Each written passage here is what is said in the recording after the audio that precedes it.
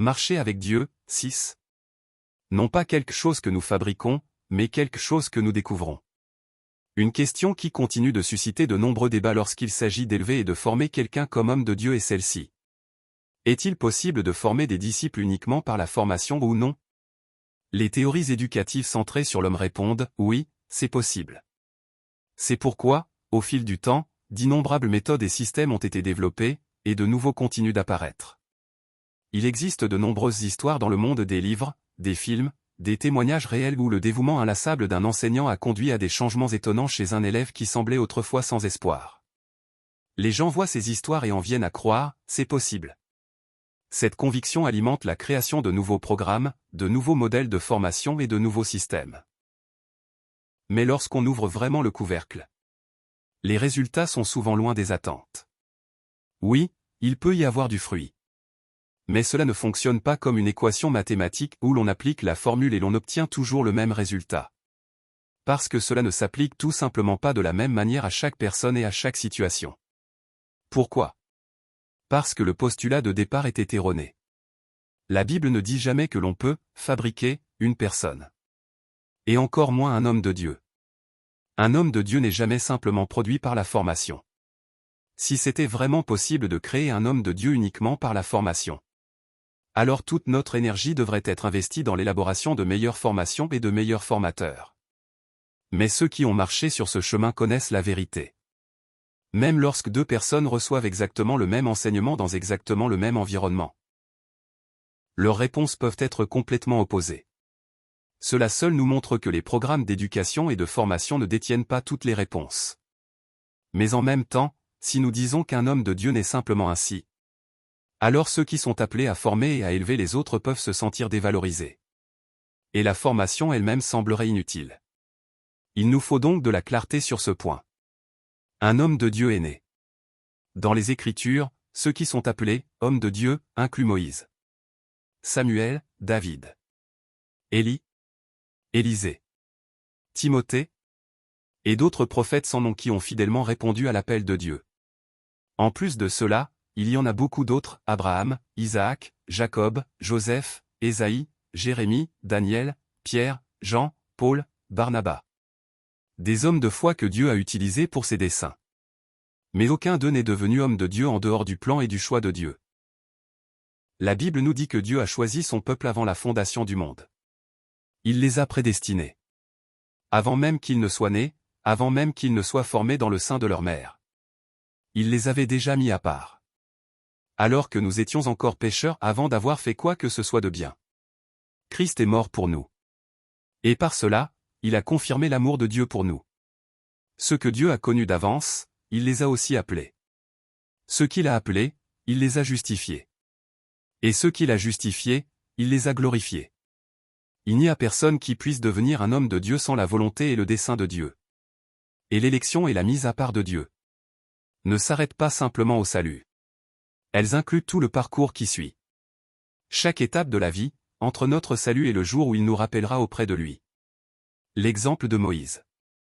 Avant que Moïse ne reçoive l'appel de Dieu, il était déjà un homme préparé pour ce que Dieu allait accomplir plus tard à travers lui. Et après avoir reçu cet appel, il y eut une saison de maturation, un temps d'épreuve et d'affinement. Il ne s'agissait pas d'un plan soudainement formé par Dieu pendant ces 40 années dans le désert. Même pendant les 40 années suivantes à conduire un peuple rebelle à travers le désert. Moïse a traversé une formation d'un autre genre. Et la raison pour laquelle il a pu endurer tout cela? C'est parce qu'il avait déjà été appelé comme homme de Dieu. L'exemple de David. David aussi était un guerrier, un homme qui avait déjà combattu lion et ours. Avant même d'être oint par Samuel. Il était déjà quelqu'un préparé par Dieu avant son combat contre Goliath. Plus tard, il a subi des persécutions acharnées de la part du roi Saül et a traversé de longues années de difficultés. Mais ces épreuves n'ont pas fait de David un homme de Dieu. Elles faisaient partie du processus qui a conduit David à une intimité plus profonde avec Dieu. Un chemin emprunté par un homme qui avait déjà été oint. Même lorsqu'il était si désespéré qu'il s'enfuit en Philistie chez la nation même de Goliath. Et qu'il fit semblant d'être fou, laissant couler sa salive sur sa barbe. Il était toujours l'élu de Dieu. Élie, Élisée et Paul. Pour Élie et Élisée, les Écritures ne rapportent même pas de préparation ou de formation avant leur apparition. Et pourtant, ils ont accompli de grandes choses en tant qu'hommes de Dieu. Pourquoi? Non pas à cause d'une quelconque formation reçue, mais parce que Dieu les avait choisis. Ceux que Dieu choisit et appelle traverseront toutes les épreuves nécessaires pour être affermis dans cette position. Si quelqu'un n'est selon la volonté de Dieu, il ne pourra pas résister à cet appel. Paul n'était pas différent. Après avoir rencontré Jésus sur le chemin de Damas, il n'est pas devenu homme de Dieu par la formation.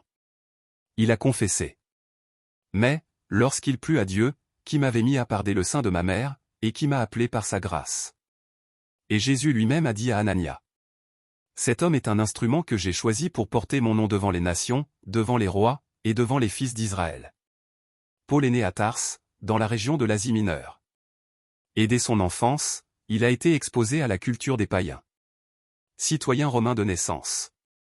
Il était placé de manière unique pour être utilisé dans les premières missions auprès des païens. Comme Paul l'a dit dans 2 Corinthiens 8-9. Nous ne voulons pas, frères, que vous ignoriez au sujet de la tribulation qui nous est survenue en Asie. Nous avons été excessivement accablés, au-delà de nos forces, au point que nous désespérions même de conserver la vie. Et nous regardions comme certains notre arrêt de mort, afin de ne pas placer notre confiance en nous-mêmes, mais en Dieu qui ressuscite les morts. Même dans ces épreuves les plus écrasantes, Paul pouvait s'appuyer sur Dieu seul. Car Dieu l'avait choisi pour être son homme. Un homme de Dieu doit être formé. Même ainsi, ce n'est pas parce que l'appel d'une personne et chaque aspect de sa vie et de son ministère sont tenus dans le plan souverain de Dieu que nous pouvons dire, nous n'avons rien à faire. Ce n'est pas juste. La providence de Dieu est quelque chose que nous apprenons à reconnaître après coup. C'est seulement après avoir traversé les victoires et les échecs, la joie et la douleur, que nous commençons à voir, Dieu dirigeait tout depuis le début. Tout comme Joseph l'a confessé. Maintenant, ne vous affligez pas et ne soyez pas fâchés de m'avoir vendu pour être conduit ici. Car c'est pour vous sauver la vie que Dieu m'a envoyé devant vous. Ce n'est donc pas vous qui m'avez envoyé ici, mais Dieu. Cette confession, c'est ce que nous appelons la souveraineté de Dieu. Le plan de Dieu n'est pas un outil pour prédire notre propre avenir. Il s'agit de voir le passé avec foi et reconnaissance. Et de regarder vers l'avenir avec la même confiance. Tout cela dans la volonté de Dieu pour son royaume et son peuple. Ainsi, un homme de Dieu est quelqu'un choisi par Dieu. Et formé pour son appel, pour sa mission. Par la providence de Dieu, par le dessein de Dieu et par la grâce de Dieu. Un homme de Dieu est choisi et mis à part. Mais voici ce que nous ne savons pas. Qui est né en tant qu'homme de Dieu? Quel rôle jouera-t-il et quand entrera-t-il dans ce rôle? Ce que nous savons, c'est ceci. Si quelqu'un a été choisi par grâce, il passera par un processus de formation.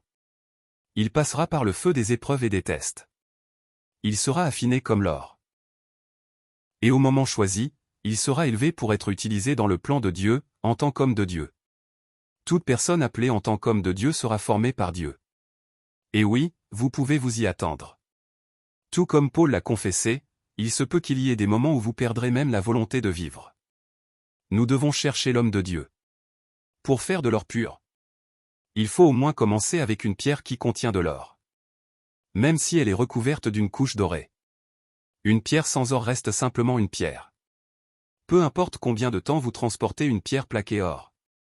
Elle ne deviendra jamais de l'or massif. Mais même si elle semble brute et sans éclat.